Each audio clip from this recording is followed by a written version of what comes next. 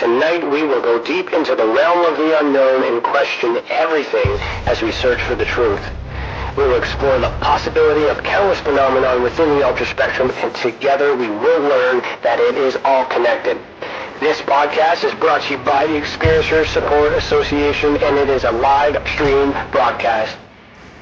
If you have a question, send me a super chat or become a YouTube member. This podcast is brought to you by the Experiencer Support Association. Take a seat, relax, get ready, and welcome to Beyond the Tinfoil Hat.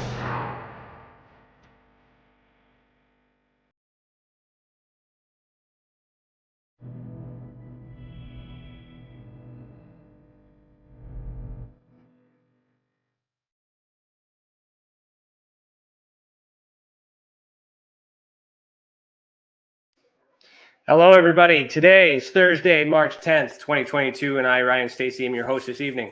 I'm a licensed private investigator, a citizen journalist, and the director of investigations for the Experiencer Support Association.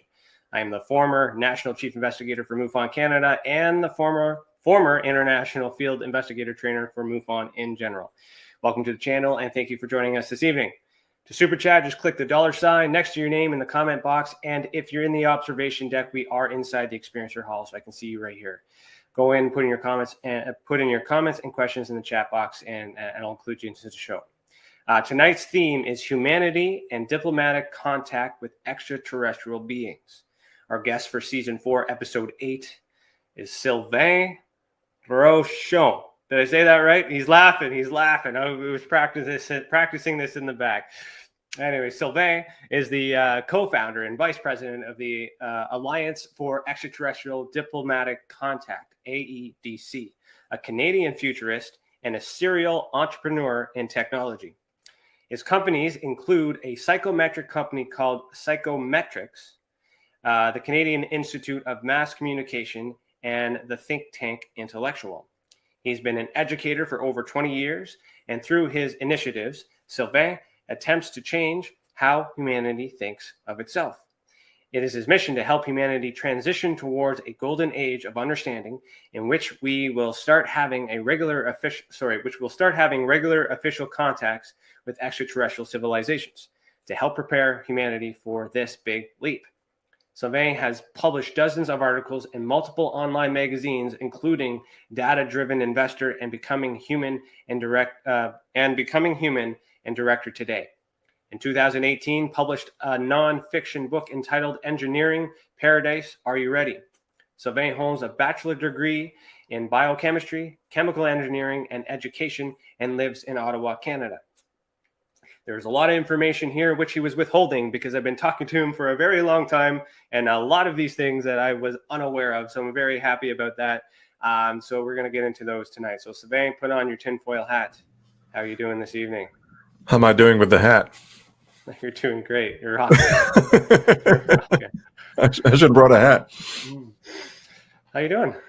I'm doing really great. That's a good intro, and thanks for inviting me here. This is really amazing, and it's important what you do. Well, thank you so much. I appreciate you being here. Just so everybody knows, this show is going to be an hour and a half because he has another commitment to head over to, but we will do a after chat afterwards, so please stick around.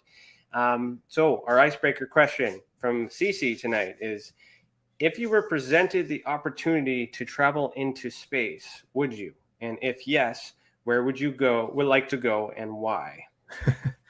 The answer is absolutely yes. I've dreamt about this for many years. There are risks involved in today traveling in space with using our engines, but I don't really mind the destination. Like, it would be anywhere. I would be satisfied with the moon, Mars.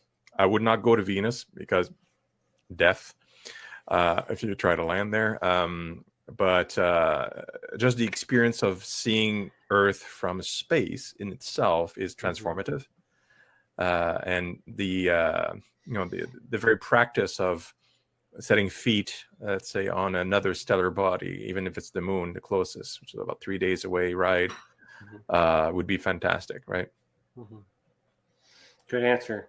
I think for me, I would just like to just go to space in general, just to prove once and for all we could get there for myself, and then I would just take a look down to verify that what I see is what we're shown, and then go from there.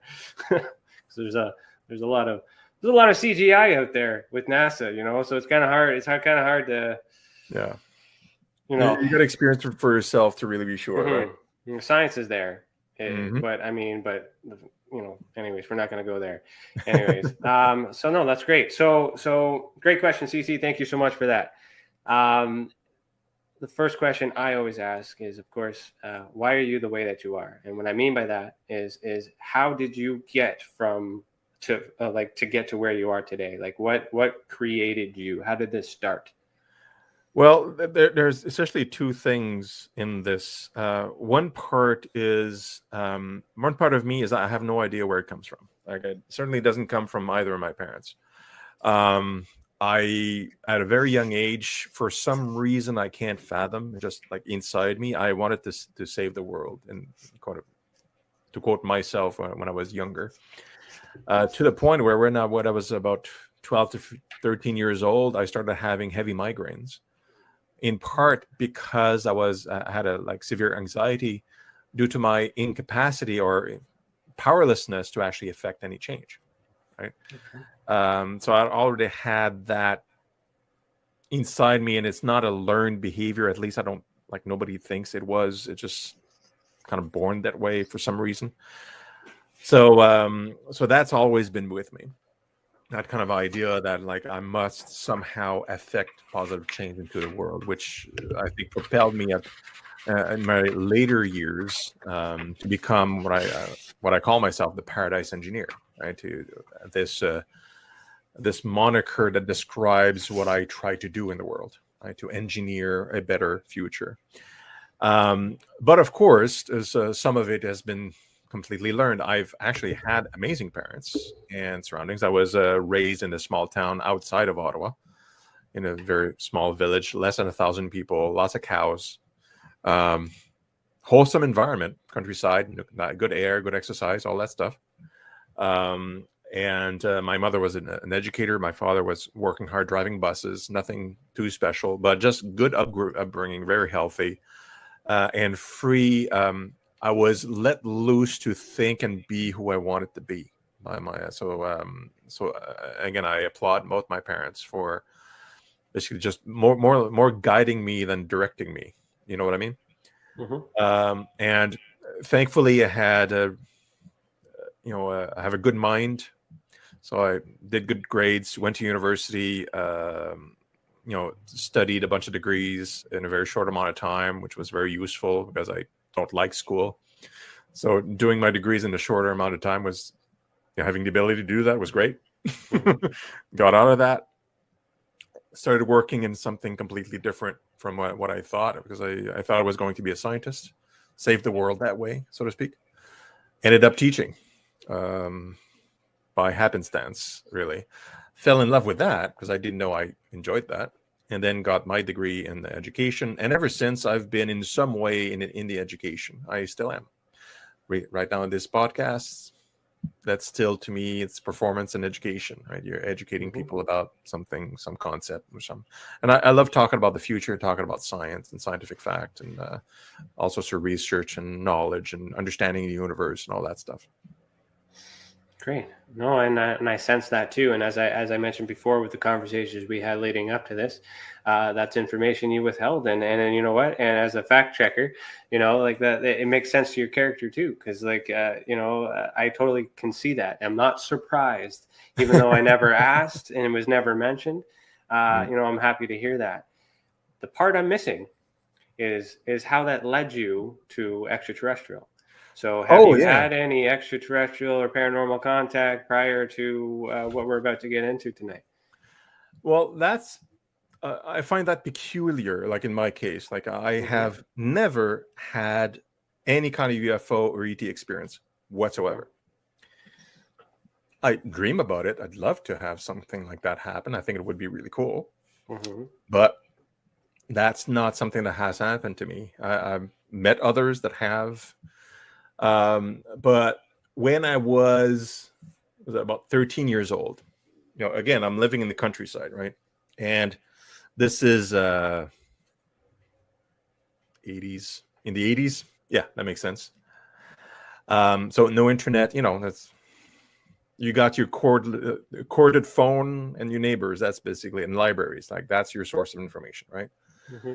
Well, my father was separated from my mom at the time already, but good relationship, so no problems. Brings home these books, and I was reading basically anything under the sky. Right, I was like about space, science, philosophy, ancient history, basically anything.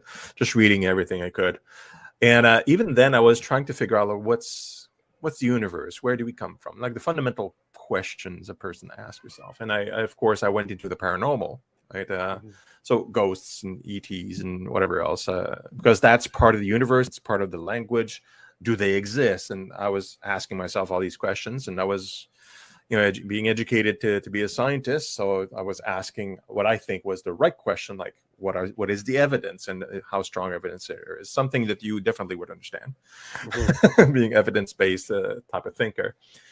And then my father brings home these books, and books written by at the time guy called Claude Vorion, who called himself Rael, right? Brought this home, and he kind of like said, "This is really cool. Like I read these. I believe this person had a contact with an extraterrestrial, and happened like this extraterrestrial is Yahweh. It's from the Bible, and they created life." And he kind of tells me like a summary of the story. It's like, wow, that's really interesting. Because that's an explanation, right? Like as you look at old scripture, the Torah, Bible, I mean, they are. I like how you said that's an explanation, meaning one explanation, not the explanation. Correct. Yes. Yeah, because I mean, if you have the learning of a scientist or the process, then having one proof or one explanation doesn't mean that's it, right? You have to explore and investigate to see, well, are there other explanations? And so anyway, so I was curious. So I read those books, and I thought, wow, that kind of puts all the puzzles pieces kind of all together. But it's just somebody writing a book, right? It's not it's not like I have tangible evidence or anything. Especially in this case, this person didn't take any evidence, just wrote basically the books. So it just made sense to me, but it's not a proof of anything. But that book, because there was ETs in it, right? And kind of a origin story for humanity and life and all that stuff. Most of it was in tune with my true self, which what I described earlier, which is, well, what about humanity? Where are we going, right? And the book describes like a way of living, like meditation, well-being, and how we should think, how we should treat each other, love each other. Like a lot of the same things we've learned from religion or grandma, like really positive things. So it kind of appealed to me as a whole, and I started hanging out with my father and some of the other people that were kind of circling in that philosophy, which is called the Raelian philosophy or Raelian movement, and otherwise. So that path got me into a lot more into the ET thinking space. These people in those books, and then I started reading more and more about that.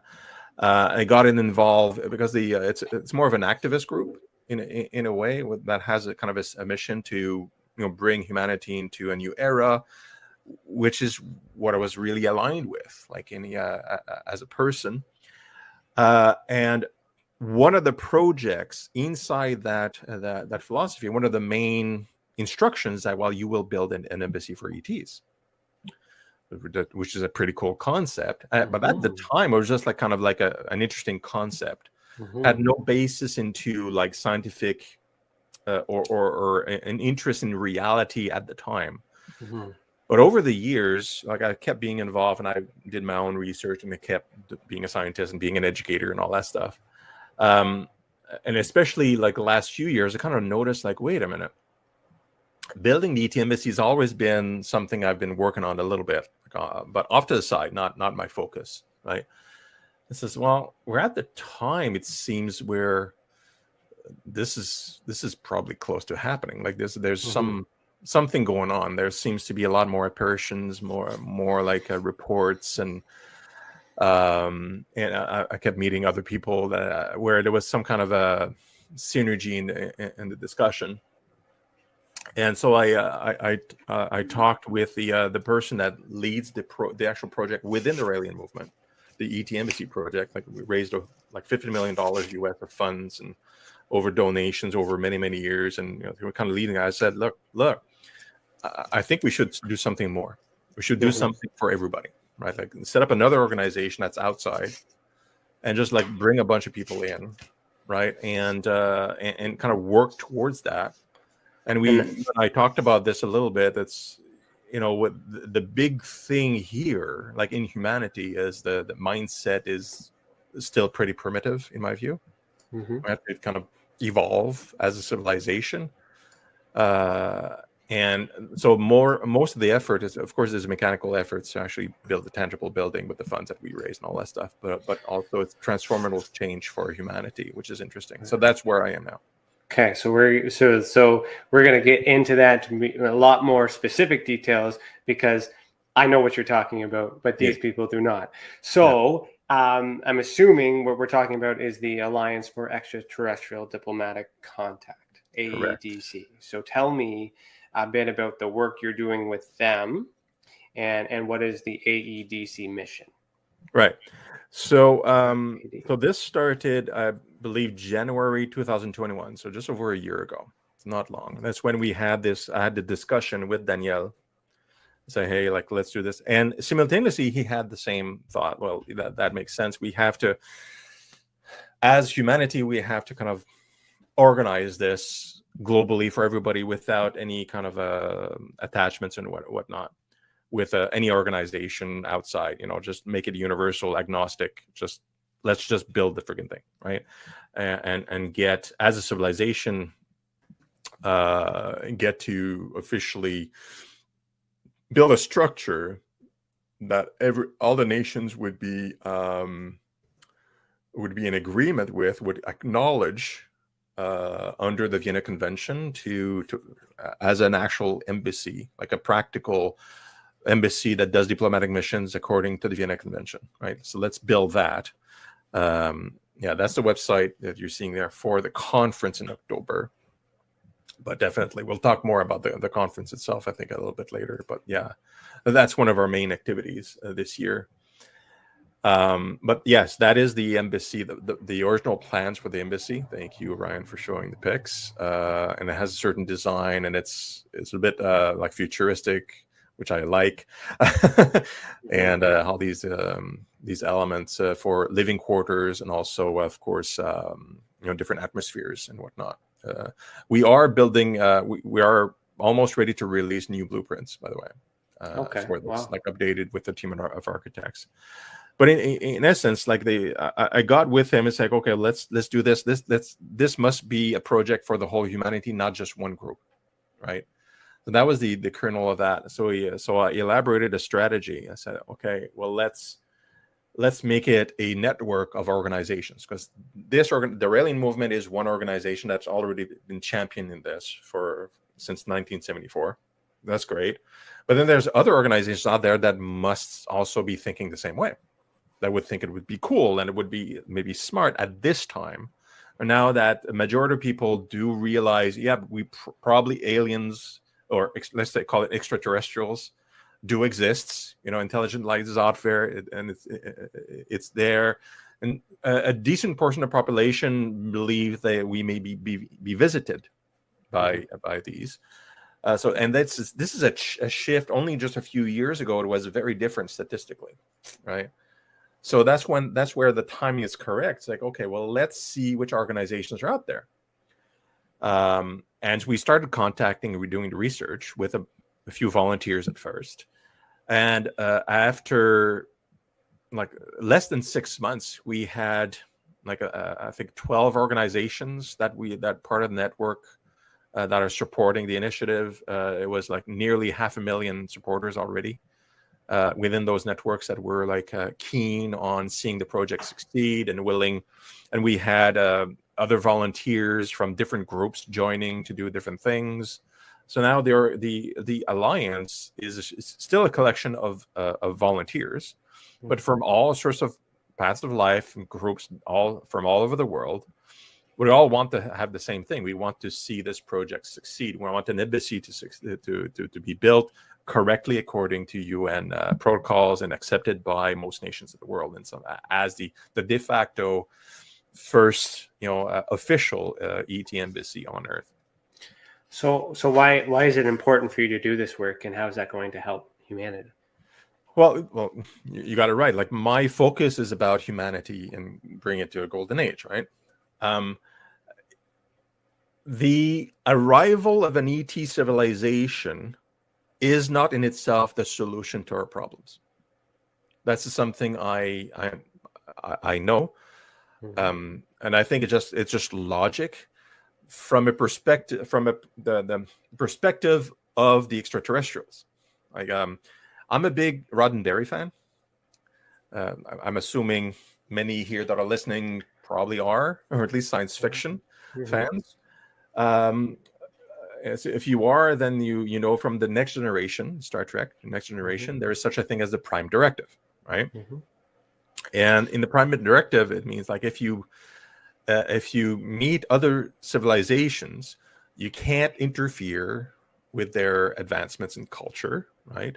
Until they are ready, as a society, to accept like another civilization to arrive from the sky, and meet without causing hubbub and destruction and fanatism and all that stuff.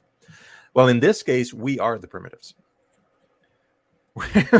And sometimes in some years, we call ourselves primitives because we think we're a bunch of idiots sometimes, right? Because we do things as societies that are not very wise at times. So I'll stay tight-lipped on that one. Yeah. Well, yeah, I know I'm trying to be positive. Okay. No, and I like it and I love it. That's exactly this is what we need. Like I feel, especially with everything that's been happening and things we talked about in the past about challenges, because we need to to bring this together. I feel like this is opportunity to, if extraterrestrial exists, this is a positive energy to invest into showing them that if there's ever a time that we could be ready, or any people that a group of people that are ready to receive, then this is where and this is who, because so it's not ruined for the rest of us, because there's bad apples out there, but perhaps contact could be made to some of us. And I kind of feel like this direction will allow the opportunity, if they exist, to meet. Well, yeah. And, for me, the embassy itself, and just logistically, building a building with funds, that's easy. And anybody can do it. And in fact, there's plenty of places in the world where they have landing pads, and they have like so-called embassies that are like, people acquire land, build a building, and say, well, this is it. I mean, it's not recognized by anybody. It's not extraterritorial like a real embassy or anything like that, but that's easy, right? The challenge for our project is that it needs to be a recognized embassy by nations and nation states and the UN, ideally. And that's a big challenge, because you got to get them involved in the conversation and accepting that this is a possibility. For politicians, that's kind of sticking your neck out even now today, right? But in the journey, for my personal purpose, in the journey towards making that more difficult path happen, means that we have the conversation among us about unification, about how are we displaying ourselves to others that may be watching, and so on. How do we get wiser and more loving and compassionate with each other, like going beyond the infantile conflicts that we keep seeing cropping up here and there. And that's the really interesting part of this entire project, because just like the Prime Directive, if we have some that are watching, and I do believe they are, they don't need to be in orbit to watch us either. Like if if you have, like, I don't know if you can do comparison with how exponential science works. Any civilization that's 100 years or more advanced than we are, which is a tiny amount of time, they can probably watch us from their solar system wherever they are. Like, we're able to detect the type of atmospheres on exoplanets thousands of light years away now. Right. Right. In 100 years, what are we going to be able to do? You see what I mean? So we are the primitives. So the challenge is like wisening up humanity while building a project. You have an objective, building the embassy under those specs that gives you kind of a goal, right? And we're all unified. We work with the alliance. We gather support. Yeah, that's the village and the embassy in the middle. It's hard to say because it's fairly big. And we're gathering steam. We're communicating. We're kind of advocating for unification, and everybody from every nation is kind of working together for the same goal of meeting an ET civilization. And in that process, hopefully, is that we will be wiser through the process. And then in 2000, when the embassy will be built, which should be around 2030-ish, there's a few steps that need to happen before that. It's not just the construction, and steps with the UN take time. I don't know if you noticed, they don't move very fast. Anything political does. Maybe we'll develop that enough wisdom to have a chance of having somebody come in, and there would be a symbol, the embassy itself, which could also be practical for them to come and officially meet people under our rules and our understanding, which are still kind of primitive. So because our leaders will want a place, ETs don't need a place. No, but we'll need one. But we will need one, so it makes sense for us, because that's what we need to understand and comprehend at this primitive, as you say, level. And what I find fascinating about this, and again, I'll go back to recent drama, that's been happening, while all this negative is happening, meanwhile you're focusing on something so beautiful and so positive, and yet you want the same interaction in which a lot of people are using negative enforcement to try to enforce contact, or at least confirmation of such. So when you talk about the extraterrestrials' perspective, taking in consideration that they have feelings and choices and all this other stuff too, possibly why not? Where would they rather? What type of people would they rather come to? Yeah. So you're creating a home or a safe place within the home to allow that to happen if it's possible. So if, and that being a man of science as you are, we have to use ifs. So if they exist, chances are, on a balance of probability, it's more likely that they could go to something like that, the positive side, than towards those who are actively putting a thing in it. So as far as energy goes, I would much rather put my energy towards supporting something like this than the way that I've spent my energy in the past. So if you could choose, what would be the best way to communicate with an extraterrestrial, and why? So this is all set up. We're there. We need to get them there. How would you do that? For me, it's like I'm kinesthetic, so I want to touch. Right. So like a ET phone home, great. I'll take anything, but preferred, I would love to have a face-to-face encounter and have a chat, because then you get to feel just like a human being, right? You get to feel the other person. You get a good sense of them, because this is about as alien as we've ever gotten, right? Like notwithstanding the people that may come and visit Canada from Guatemala. I mean, that's alien to me. I mean, it's a different culture and all that stuff. But this is civilization that comes from an entirely separate part of the universe or the galaxy. So yeah, I'd definitely want to face-to-face meet, have a meal, whatever. In this third dimension, what about what about in the fourth or fifth, like in her mind, psychogenically? Well, like I said, I'll take anything they'll hand to me, but no, I do want. I would prefer the third dimension, physical, biological, like what I consider real to me. That's what everybody wants, but Yeah, unfortunately, sometimes that's not what we're getting. And yeah, the majority of the contact that through our investigations, from what I'm learning, is psychogenic in the mind. yeah. As someone who's in biology, is it bio what Biochemistry. biochemistry? Is there a way to explain how human beings might be able to communicate telepathically with extraterrestrials? Well, yeah. I mean, there is such a thing as telepathy. Mm-hmm. I mean, scientists don't like to use that word. So you're But it's saying also there is, as if there's fact to that. yeah, but it's a question of with scientists, it's always a question of definitions, Mm-hmm. right? And that's where like they don't like the word telepathy because it implies something mystical, Mm-hmm. right? In some way, like ESP, things like that. But we are, for example, building brain-computer interfaces using EEG, electroencephalograms, right?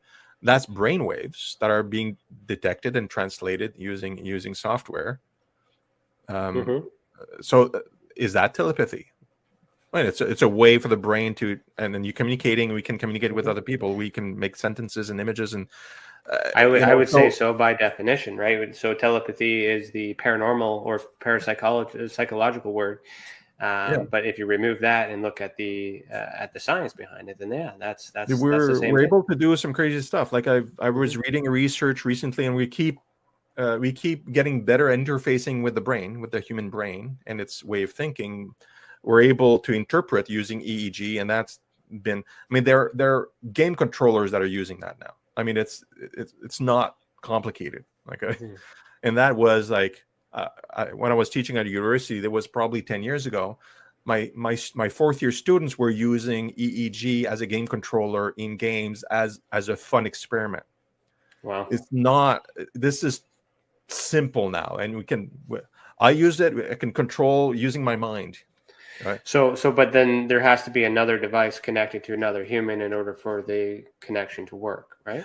Well, you're talking about both ways, right? Like, so if it's a software in a game that's interpreting, the other piece is that, well, can we insert information on because that's the other way around, Mm-hmm. right?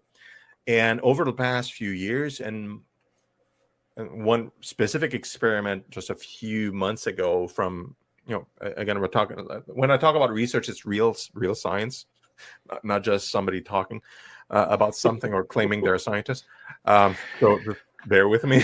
With this is why we get along. We think the same. Yeah, I got you. Yeah, so they experimented with memory because they were curious to see if they were able, because for many years we were able to kind of trigger the motor neurons using wavelengths, like a reverse EEG, if you would, and see if it worked. And we were able to have some success with that. So they were curious to see if they could imprint memories. This is the more recent research into subjects. It's non-invasive. It's like a wavelength, and then it's with an impression that is supposed to represent that in neuron form, if you would. Again, it's kind of reverse engineering the perception, but shooting it back in essence, right? Without an implant, by the way, because we can do a lot of really cool things with implants and paraplegics and things like that. And the fun thing is, I think it's brilliant because I'm a scientist and I don't think about bad things people can do with things sometimes. But the people that had an inclusion of memory and didn't know whether or not that memory was theirs already or was implanted, they couldn't tell the difference. Okay. And that's kind of normal. That's not a surprising result, that last bit, but No, we're able to implant. So that means we're able. At some point, we'll be able to efficiently do bilateral communication with an intermediary of amplifiers. But that indicates that since we can do it with amplifiers, and the brain is very flexible for interpretation, it's entirely possible that some people are able to send and receive and perceive. And if an ET civilization is trying to contact with us, they may be amplifying signals and sending stuff directly into our brain. We know that's possible, and through technology, through our own technology. So why not using ETs? So telepathy with ETs technically is a thing that is entirely possible. So you could scan telepathy in the brain with wavelengths. Yeah. Essentially, yeah. We can detect what people are thinking or doing to a certain degree with training. So and we can implant memories and things like that too. The risk analysis hat kind of came on a little bit there, because I'm thinking, all right, the science exists, and you're testing on subjects and to prove that it's possible. Are your subjects aware that you're doing this? I don't remember the details of that experiment, but I'm sure they either signed disclosures or they were informed. Well, that's good. So it's good in this experiment that they are aware that this is the procedure that's going to happen. Now, put on the conspiratorial hat. I mean, the science exists. Is it not possible for that science to be used even today without the intention or without the knowledge of the host? Like, how far does this go? Do they have to be in the same room? Can they go across the other side of the world, like remote viewing? No. How far? You have to have a cap on or something, direct contact with the head, so you would notice. At least you would be asked to wear something.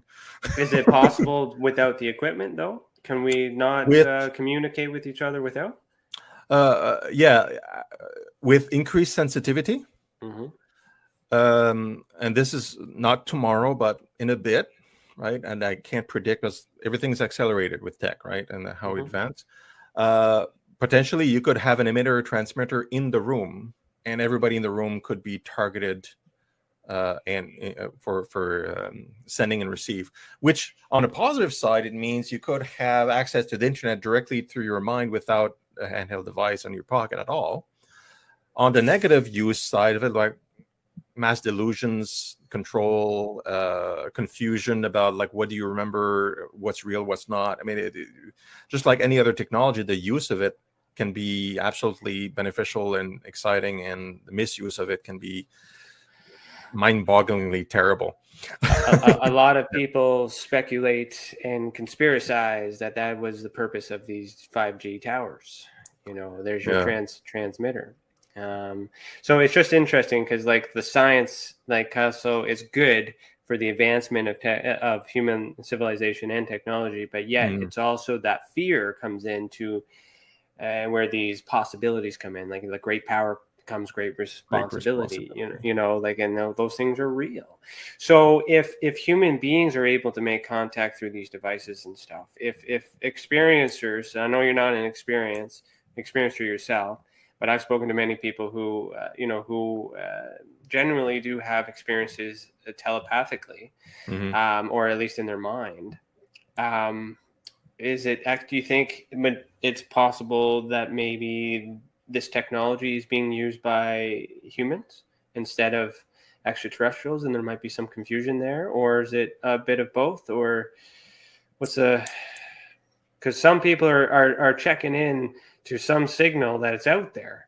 And we're looking for explanations as to how or whom. But what you've just basically explained, that it's possible. So now we need to know, okay, it's possible, but now who? Right? Because we're not that different, Ryan, because one thing that I don't mention a whole lot, because my pedigree is too long, like my experience, I was in security for 3 years at a pretty high level in Canada, at the Supreme Court of Canada. In fact, I was second in command of the civilian division. They just keep coming. Are you MIB? I'm going to ask you live right now. You Men in Black? Tell me right now. I don't wear a black suit. I don't have one. I need to know this right now. Clear the air. No. All right. No, just general location security. Nothing fancy. No, I got you. But I understand. I do think that way too, basically, because you do think about what's the downside. How could it be misused? You think about the people too, right? Like it's protecting the people, the humanity. Same idea. Well, exactly. We want to reach that golden age, to me, and it falls right back into the same point where we're talking about contact, right?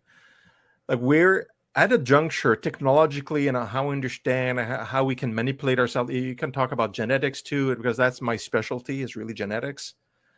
And I could freak you guys out just with that, and it's not really, forget GMOs. I mean, that's nothing. Okay, like there's stuff we could do now that is not discussed because it would freak people out. The mRNA tech is really exciting, and that's kind of like an indicator of where we're going with the vaccine. But the applications are very, very varied, and they can be just like everything else can heal a lot of people, but in the wrong hands. Yeah, in the wrong hands, you can do like some amazingly terrible things. But it all goes back to, we have this capability, with the mind thing, the BCI, with the genetics and all that stuff, to transform our civilization in good or bad ways, right? And it's, as we go forward, if we think about it in a negative tone, it's becoming more and more dangerous as we understand, as we develop capabilities in the wrong hands and so on and so forth. Simultaneously, we can build, basically, like, that's why I wrote my book in 2018. I published. It's like I could see the positive side of things even before it started happening. Certain things started happening. We can create basically a world where no one needs to work at all and have abundantly anything they need without concerns with the environment. It would take a lot of work and a lot of changes. Okay, it's not an immediate like flip a switch, but we have everything we need to, like, you could have a home. This is a kind of the futurist part of me. You could have a home right now that produces all its clean water from the air directly, and it would be powered by the sun. Okay, all you need is a box and a specific material called metallo-organic framework. Okay, well, and there's different classifications of that. You can generate your own power at your home. You can potentially recycle a lot of stuff. And using 3D printing and more advanced version 3D printing, you can molecularly, recycle your waste back into useful things. We're not there yet, but that'll come. You can essentially decentralize a lot of things that are currently centralized and very wasteful. But the key point is that with all this power that we have, because of understanding and technology, we're still dumb. Right? We're not wise, is what I mean. And to survive this, we need to develop that wisdom. Right. Because we can't decide, we will just take the good advancement of the control of infinity, and for sure we'll never touch the bad things. No. When we discovered nuclear energy, like, I know that's an overused example, but that's good. But it could we also understood be bad. more about the atom. That was great. It's good when it's good. It's bad when it's bad. Yeah. Right. It's all that story. And as we move forward, we can do a lot more. Like, I can. We need more good people doing good things. That's in a culture. And what I write a lot about is like, I boiled it down to one simple thing that we have to do for humanity to avoid most of these terrible outcomes. Right. So we need to remove what it is strictly called chronic stress from our society. So the difference between normal stress and chronic stress is persistent and constant, right? For example, somebody that is always looking for the next meal constantly, his body is his whole system, his neural system is activated, creating cortisol, adrenaline in the system, all these drugs that are meant for survivalism. Those drugs make a person antisocial. It's in survival mode, wants to eat. Chronic stress causes that. If you're not in chronic stress, it's the parasympathetic neural system that kicks in, which is dopamine, oxytocin, really nice, fun drugs, right? Right. It makes you calm and loving and friendly and social. And you know what? Naturally, biologically, and there's like an excellent research from Harvard, which I forget the names now, but that research, like, if a person is not under chronic stress, their biggest pleasure they can have in a society is to give to others. Right. So having a society that doesn't have any chronic stress, naturally, without any laws, would naturally try to derive pleasure by giving each other whatever they need. Mm-hmm. Just pleasure driven. That's it. I think that's interesting. That could be that's why we're connecting in the terms of missions, because I know you kept telling me that you really like the vibe, but I didn't really understand why, and now I'm starting to hear it, and I've got goosebumps because I'm feeling it now. I know, now I get it. So we're gonna have to take a commercial break real quick soon, but before we do that, Dave Percella, he had asked a good question there. He's asking your thoughts on gene that allows for pregnancy in humans. He says, I've heard it's not natural to the human genome, but was rather spliced in some time in the distant past. So you have any thoughts or comments on that? Dave, I have no evidence for that. It's the first time I hear that comment. The way we reproduce genetically, like if you look at the genome itself, it's extremely complex. It's not a single gene that drives it. There's a lot of moving parts. It's interconnected, which brings me to an important point that I think it kind of aligns with where you're going with this, but I'm not sure. I'm just going to say it. I would encourage people to read Michael Behe's book on genetics. I forget the name of the book though, but Michael Behe, if you read like Dr. Michael Behe, and he came to looking at the complexity of life and exactly how complex it is. He kind of came to the conclusion at the end that there must have been a designer involved, which is a very interesting conclusion for a scientist to make. And there is of course, a series of arguments and studies and observations and so on that are on the molecular and genetic level.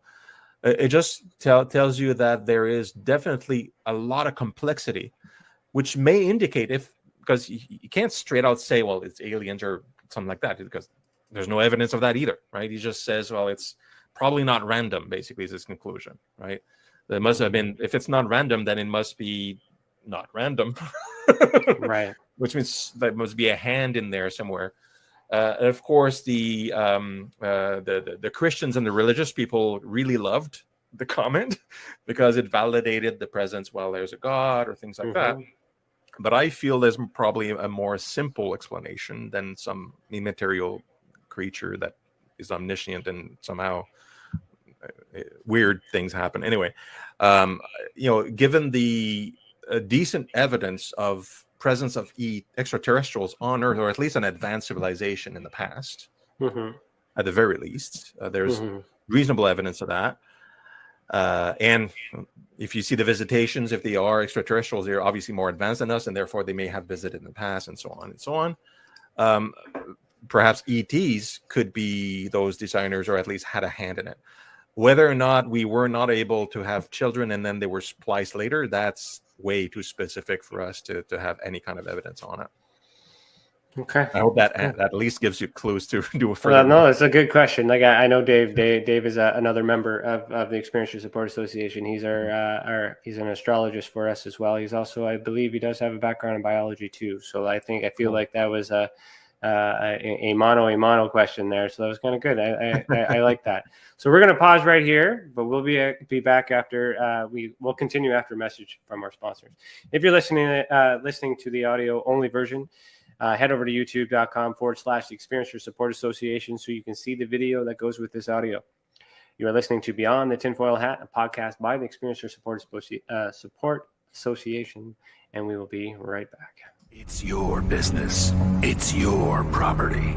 Your assets are worth protecting. Blacklight Investigative and Surveillance Services specializes in patrolling and inspecting residential or commercial property against fire, theft, vandalism, terrorism, and illegal activity. People and buildings are monitored to prevent crime. Keep your property, your people, and your assets safe from threat. Our elite staff are dual licensed private investigators and security guards. Blacklight Investigative and Surveillance Services. Go to blacklightiss.com.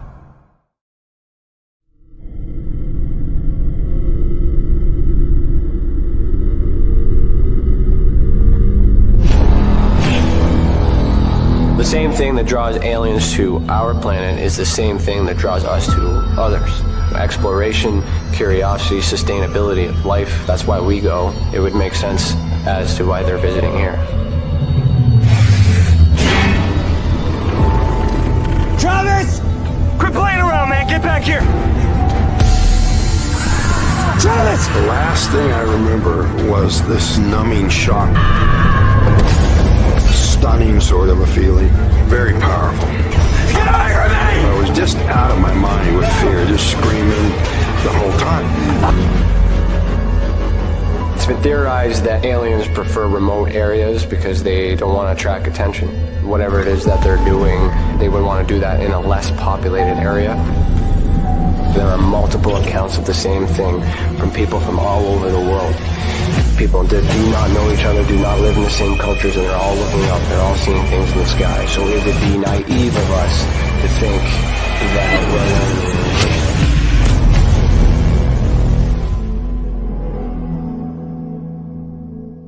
Ryan is one of Canada's leading new UFO investigators.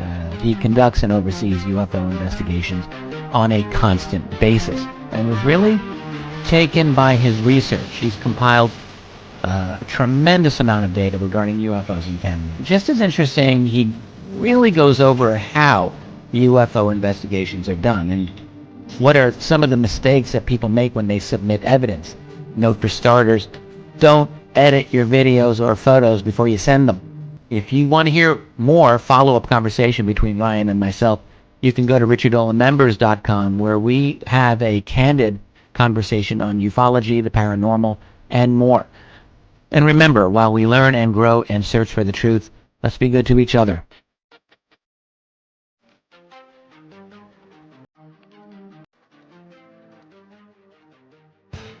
Welcome to the Observation Deck, a state-of-the-art, one-of-a-kind virtual platform that takes video conferencing to the next level by using avatars to navigate a campus, just like you would in real life. First, you install the application and design your very own unique avatar. Then you're free to explore the various areas of the campus at any time, from anywhere. There's so many areas and activities to choose from on the platform. There's a 1,000-seat auditorium, a large expo hall, a movie theater, a nightclub, an art gallery, and even a beach. Come attend a conference, or take a class, or hear a lecture. Meet new friends and interact directly with presenters. It's all right here on the incredible Observation Deck campus. Where in the world will you go?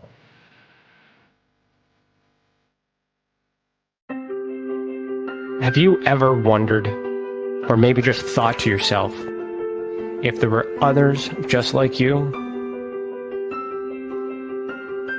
You know, people with extraordinary abilities, psychogenic advancement, and perhaps unique intuitions.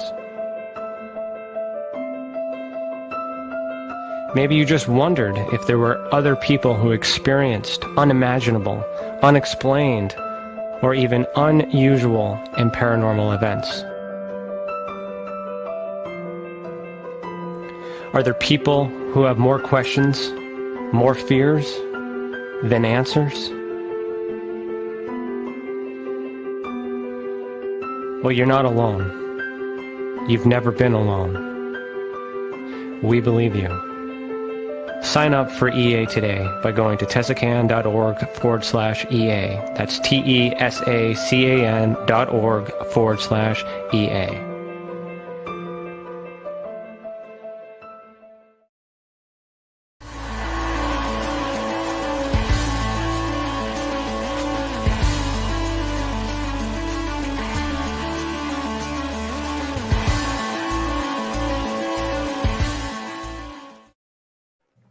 Welcome back.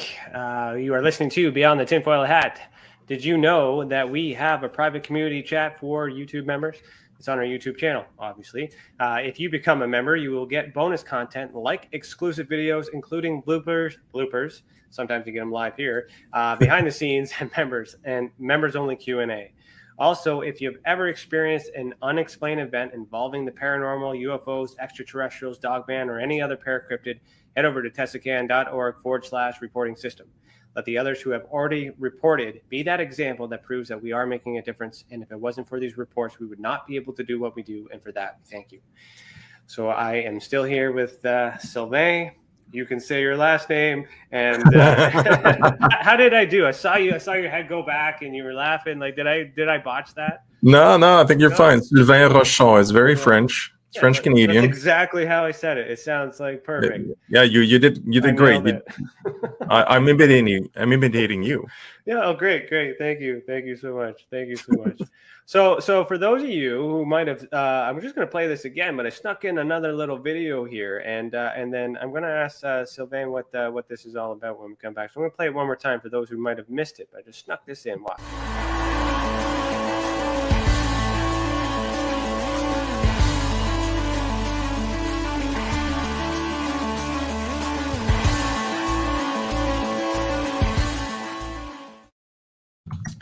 So this is a conference. Tell us about this, and what is the plan? Well, yeah, it's the first conference specifically for that's organized by the Alliance, right? And the purpose of it is to gain more visibility to the diplomatic community. So to ambassadors, diplomats, and world leaders, because we are in contact with many, right? Because one of the criteria is that we have to have extraterritoriality, and the land must be, for that, the land by law, by rule from the UN, the Vienna Convention of 1961, I believe I have the year right, is that a country has to give the land and make it extraterritorial, which means this land belongs to another nation, and it's kind of declared, right? So we need to talk with nations, and we have been sending a specific brochure, and I know Ryan, I sent it to you. You can show the cover of it. It's a brochure we sent to all nations of the world in 2019, right?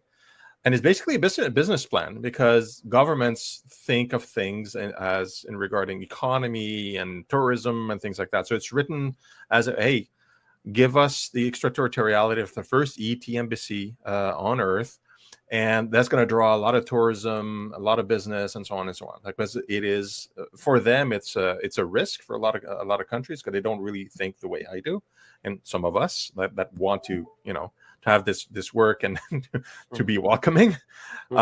So we sent that over, and we have been in discussion with several leaders of different nations that have some interest. Now, they are not revealing themselves to the general public, so we can't talk about them. Okay, so don't ask. I can just tell you there are more than one. Okay, and they're not in Canada. For those of you who know us who are in Canada, Canada's not one of them. This I know. So we did that. So the conference itself is kind of like a first showcase, like a serious discussion in an attempt to popularize the idea of the ET embassy itself. And the secondary aspect of it is to gather together all sorts of organizations. And Tessa's definitely going to be invited and be there and participate. We were saving that for the end, but all right, we're going to talk about other things in the end. Okay. I'm just letting you know. Surprise. Yeah, but there's a bunch of other organizations definitely will be there. So it's an occasion for the organizations also to meet. We're going to be using a virtual platform, because you never know with COVID and things like that. So don't want to miss with that. And it's our first conference, so we'll do that like virtually for the first one. And we'll have like an international law expert talk about it. We're going to have a big reveal of the actual plan, like the new ones, because